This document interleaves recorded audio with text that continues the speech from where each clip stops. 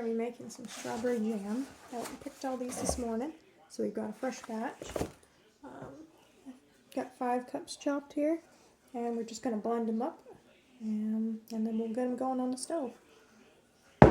This recipe, it'll make about, if I remember right, about 14 of these jars. They are 1/4 pint, so you'll need a container of pectin. It'll just be a 1 box. So that's a Sure-Jell. It's a 1.75 ounce. You'll have to have 7 cups of sugar, which is quite a bit, but this makes quite a bit of jam. You can also put butter in it. I'm probably not going to, but it reduces the foam layer that's on top. Recipes call for lemon juice, but since I'm using the Sure-Jell, it is formulated to where you don't need the lemon juice, so you'll just add 1 box of this. For chopping them, I've been using this, I'm not really sure what it's called, it's a strawberry slicer, but it works really well. You just put them in here and squish it down, and then they're just chopped. I got them all done and bagged up, except for that one, but got bags of 5 each, so I'm good on those. Made quite the mess though. I want to crush this all up until it's a good jammy consistency. I personally just use a glove and just work it. Also want to make sure that this equals up to 5 cups. And once I measured it out, it is only 4 cups. So I'm going to have to crush some more to make 5. Okay, I got it all mashed up and I got about 5 cups. So we're ready to move on. So to this pot, I'll add all of the 5 cups of jam mix. Try not to drip it all over the kitchen here. I'm not sure how successful that will be. Turned it on medium heat, so while that heats up, I'm going to add the full box of the Sure-Jell. Into the pot it goes. You just kind of move it around in there. Then we'll just mix it on in. And this will cause it to slowly firm up as time goes on.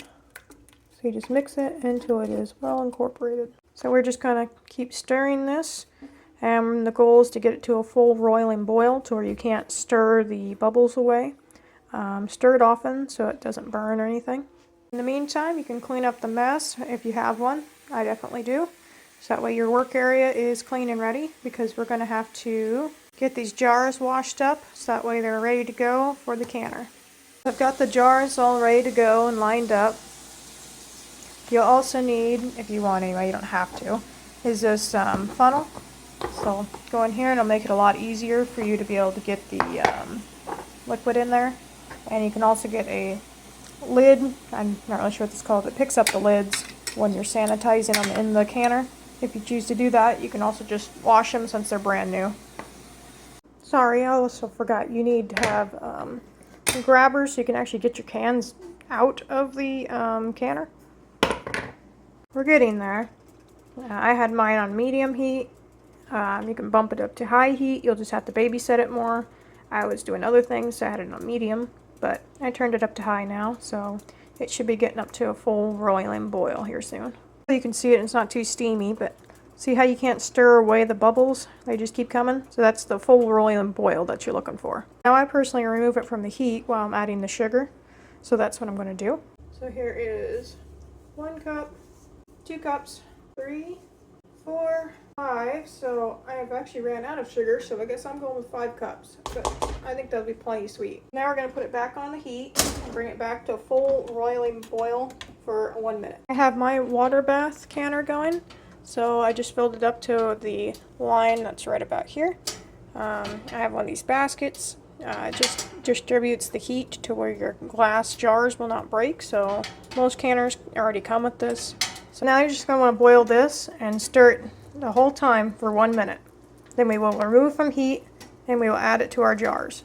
You can skim the foam off the top to make it a little bit of a prettier presentation in your jars, which I think that's what I'm going to do, but you don't have to. You just want to take your funnel and you'll pop it in here and you'll fill it until, I don't know, probably about this mark, because you want to leave some head space so that way your jars can seal. If you fill them up too much, they won't seal. So I'll just start filling my jars. So then you're just going to want to get some apple cider or just vinegar, doesn't really matter, and take and wipe the rim of the lid so that way you'll have a clean surface so your jar will seal. Because if you don't, that can get in the way of your seal and they won't pop for you. Then you're just going to want to take your lid and put it on just finger tight. Don't over tighten it. It'll tighten when it's in the canner. If you over tighten them, they won't seal right and they can actually crush and suck in. We've got them all canned up. The lids are on. We're going to put them into the water bath canner. This is where your little grabby thing will come in handy because ideally your water will be warm, not hot, because these jars are hot from the jam that we added to them. Don't add cold to hot because things shatter. They have to be equal temperature. So now we will wait for it to become a roiling boil. Don't want any of your jars to touch because they can knock together and it can break.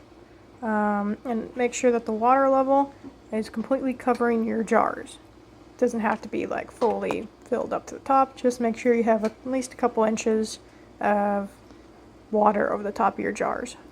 Now that your jars are on a full roiling boil, we're just going to take and put the lid on them.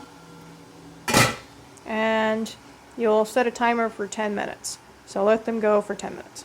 So it's been 10 minutes. We'll turn the heat off and we'll let them sit for 5 minutes and then you can start to pull them out. Take the lid off of mine. Always tip it kind of backwards because the steam will burn you. And there will be drippies off of the lid, so be careful.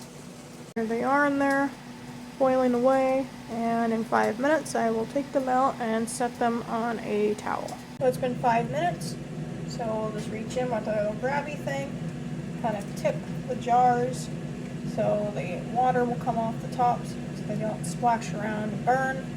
You'll just put your little jars onto a towel. I guess I can put it where you can see it. And you'll let them sit for 24 hours and your jams are done. You can actually hear the jars popping as they set, which that's a good thing. That means that they're sealed. If they're sealing up as we let them sit and cool. Just like that, you made some strawberry jam.